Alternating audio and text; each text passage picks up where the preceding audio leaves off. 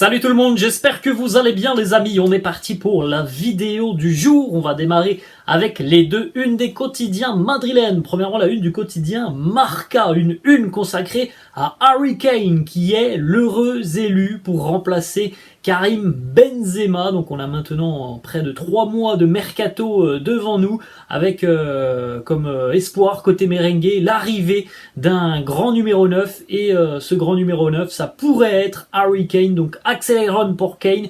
Le Real envisage concrètement tout simplement de formuler une offre de 80 millions d'euros aux Spurs de Tottenham. Alors après, comme on en a déjà parlé sur la chaîne, c'est une offre qui est quand même importante, mais c'est une offre aussi qui peut être jugée insuffisante par Daniel Levy, le président des Spurs de Tottenham. C'est un homme très dur en affaires, Daniel Levy, et pourtant Harry Kane n'a plus qu'1 an de contrat. Donc évidemment, lorsque tu entres dans la dernière année de ton contrat, en général, le prix doit baisser. Donc est-ce que cette offre pourrait satisfaire les dirigeants des Spurs de Tottenham ? Il y a quand même un gros doute, parce que du côté de Tottenham et du président plus particulièrement, eh bien en général on est très très dur en affaires. Les numéros 9 de la classe d'Harry Kane, il n'y en a pas énormément sur le marché, donc on peut aussi se dire que les Spurs vont demander peut-être plus que ces 80 millions d'euros. En tout cas, ce qui est officiel, et on le sait déjà depuis quelques jours, c'est que le Real veut vraiment Harry Kane pour remplacer Karim Benzema. On poursuit justement les amis avec la une du quotidien AS, avec notamment cette photo hier lors de la cérémonie d'adieu de Karim Benzema. Siempre seré del Madrid, je serai toujours un madridista. On a eu quelques déclats hier du Nueve sur son départ, sur voilà sa nouvelle vie qui va commencer dans quelques jours maintenant en Arabie Saoudite, puisqu'il s'est engagé officiellement hier du côté d'Al Ittihad jusqu'en 2026 avec évidemment un gros salaire, un énorme contrat pour le Nueve du côté de l'Arabie Saoudite. Petite information, ce qui est assez fou quand même, c'est que le 27 juillet 2009, Karim Benzema avait fait ses débuts au Real Madrid et au Bernabéu face à cette équipe d'Al Ittihad. Donc c'est voilà une petite parenthèse quand même assez particulière. Il avait démarré donc au Bernabéu face à Al Ittihad. Il rejoint maintenant le club saoudien. Deux petits déclats de Karim. Premièrement, il nous dit: j'ai eu la chance d'accomplir des choses extraordinaires dans ma carrière et de réaliser tout ce que je pouvais en Espagne mais aussi en Europe. Je pense que le moment est venu pour moi de relever un nouveau défi et de réaliser un nouveau projet. C'est un bon championnat, il y a beaucoup de bons joueurs, Cristiano est déjà là, c'est un ami qui montre que l'Arabie Saoudite commence à prendre de l'avance et je suis là pour gagner. Comme je l'ai fait en Europe, j'ai vraiment envie de voir les fans à Jeddah. Normalement, présentation officielle du Nueve demain, ça sera jeudi. On attend beaucoup de monde dans les tribunes du stade pour l'arrivée du Ballon d'Or. Regardez les amis, les statistiques et le palmarès de Karim du côté du Real avec ses 354 buts, ses 648 matchs, ses 165 passes décisives, et puis le palmarès collectif de Karim est exceptionnel avec, on rappelle quand même 5 Ligues des Champions, et puis le couronnement personnel, c'est quand même ce Ballon d'Or qui a tout simplement sacré une année qui avait été merveilleuse de la part de Karim. Vous pouvez retrouver juste à côté de moi le communiqué de Karim qu'il a laissé sur les réseaux sociaux et notamment son compte Instagram, où alors c'est une petite lettre d'adieu destinée aux fans du Real pour les remercier de leur soutien et pour exprimer aussi tout son amour envers le Real, mais aussi envers les supporters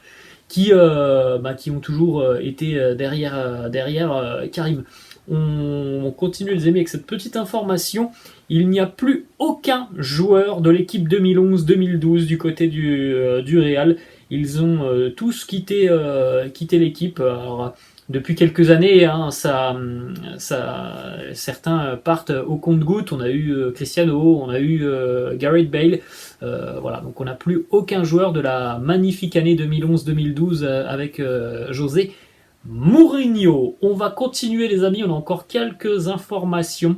Mercato premièrement, Fabrizio Romano a annoncé donc hier officiellement, enfin, on rappelle encore une fois que c'est pas officiel, mais quand Fabrizio Romano l'annonce sur son compte Twitter, c'est tout comme, parce qu'il ne se trompe que très rarement, le journaliste italien. Donc il a annoncé hein, que le Real était tombé d'accord avec Brahim Diaz en ce qui concerne une prolongation de contrat donc jusqu'en 2027. Et ce qu'il faut savoir, et ce qui donc est plus ou moins officiel maintenant, parce que on a entendu beaucoup de choses sur ce dossier Brahim Diaz depuis des mois et des mois. Est-ce qu'il va revenir? Est-ce qu'il va être de nouveau prêté à Milan?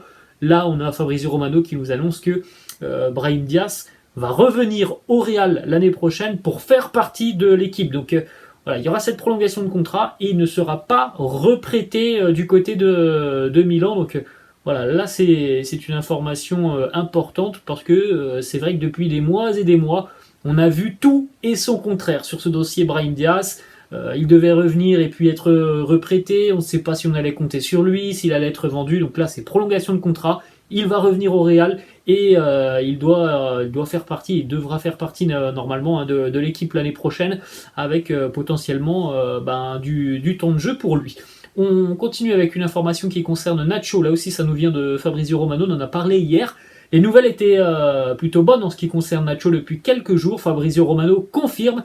Le défenseur espagnol a reçu les documents du club en ce qui concerne sa prolongation de contrat. Donc on attend là aussi une officialisation, on l'espère, très rapidement. Autre information mercato, là ça concerne plutôt un départ. Alors il vient d'entrer dans sa dernière année de contrat, il sera libre dans 1 an maintenant. Le latéral, bon, il est polyvalent, il est capable aussi d'évoluer un petit peu plus haut sur le terrain. Lucas Vazquez, qui plaît énormément à la Juventus. D'ailleurs, il y a déjà des contacts qui ont été établis entre le club turinois et l'entourage du joueur. Le club italien aimerait boucler l'arrivée donc de Lucas Vazquez. On parle d'un montant, compris entre 6 et 8 millions d'euros. Donc, affaire à suivre parce que du côté du Real, là, on a quand même perdu pas mal de joueurs depuis quelques jours. Lucas Vazquez, moi vous le savez très bien, c'est pas forcément un profil que j'aime énormément, donc je serais pas contre un départ, mais je pense aussi à l'équipe l'année prochaine et voilà, je pense que encore un départ, ça ferait certainement beaucoup travailler sur le mercato et il y a d'autres priorités côté Real sur le mercato, donc attention tout de même à ne pas se laisser déplumer sans avoir d'autres alternatives quand on sait que la priorité c'est Bellingham et ça devrait se finaliser dans les prochains jours, que visiblement après Bellingham la deuxième priorité ça sera le poste de numéro 9. Donc voilà, je suis pas sûr que le Real ira chercher absolument tous les joueurs nécessaires cet été s'il y a autant de départ. Donc il faut absolument aussi réfléchir à comment composer l'équipe l'année prochaine. Est-ce que Lucas Vazquez doit faire partie de l'effectif de Carlo Ancelotti? D'ailleurs, petite information qui concerne Carlo qui l'a annoncé le week-end dernier après la dernière journée de Liga. Il compte bel et bien rester du côté de Madrid et du Real l'année prochaine. Et Ednaldo Rodriguez, le président de la fédération brésilienne, qui en remet une couche, il nous dit: cela n'a pas été une surprise qu'Ancelotti annonce son intention de rester. Il y a des contrats en cours, les gens font attention à ne pas contrarier leur employeur. Notre plan A, c'est Ancelotti. Je n'ai pas encore jeté l'éponge. Voilà les mots d'Ednaldo Rodriguez.